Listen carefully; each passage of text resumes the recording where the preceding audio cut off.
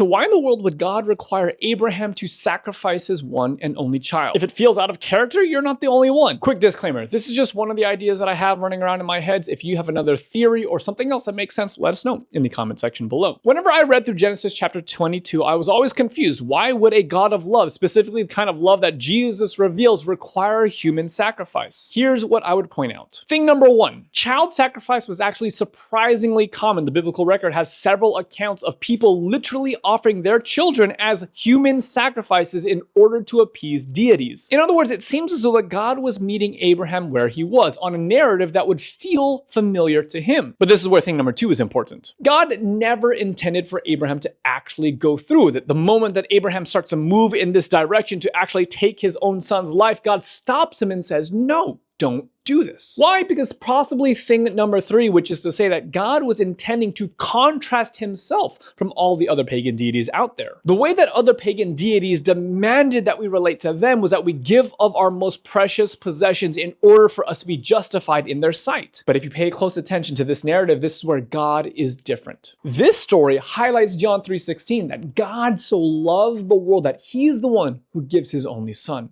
In other words, this entire story is all about how God provides, Jehovah Jireh, how God himself is the one who makes reconciliation on our behalf.